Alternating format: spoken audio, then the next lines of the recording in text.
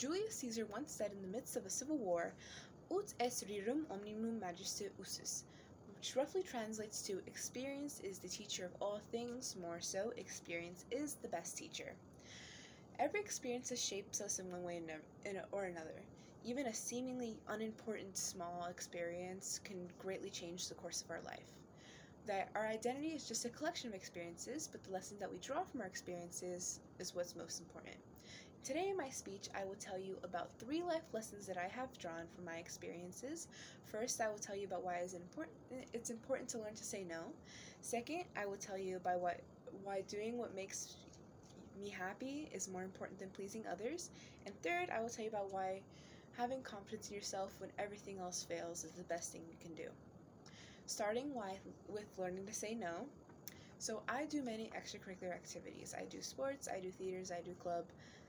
So mainly theater. In our recent show, Puffs, I was given the role of the narrator, which is a big role since I can never leave the stage. I always have to be on task with what we're doing.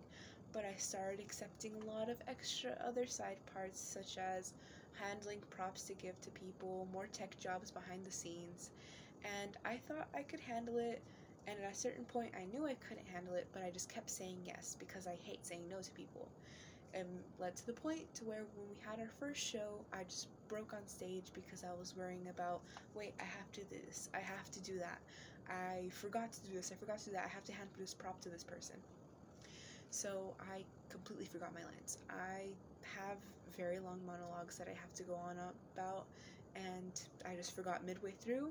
And to make up for it, I just started fake crying on stage. I started wailing because there's a major character death, so I thought it would go along with it, but it just went terribly.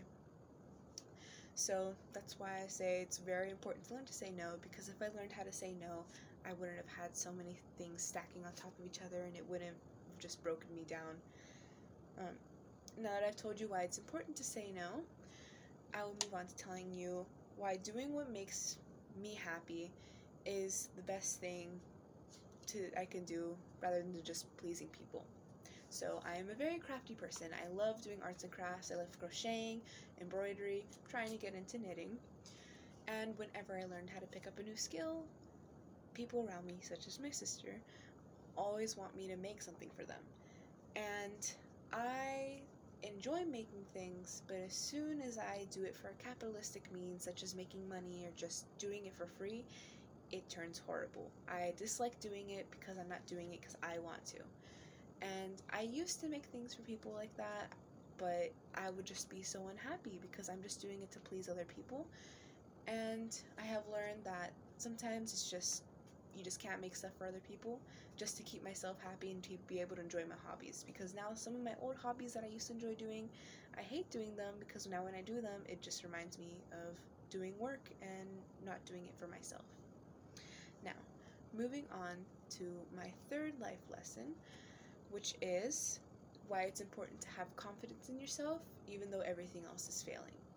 So, in my health science course this semester, I had an exam coming up and I did not feel prepared for it. And I walked into that room knowing I wasn't prepared for it. I thought, oh, I'm going to fail this exam. This is terrible. I'm going to do so bad.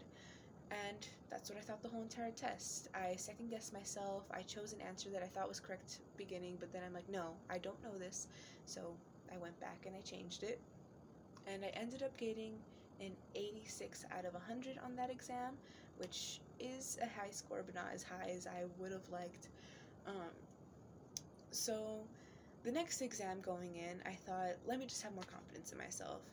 Maybe if I believe that I can do this, then I will do better. So the whole entire exam, I never second-guessed myself. I chose the answer that I always thought was right first, and I ended up getting a 94 out of 100, which is the highest score I have gotten in that class.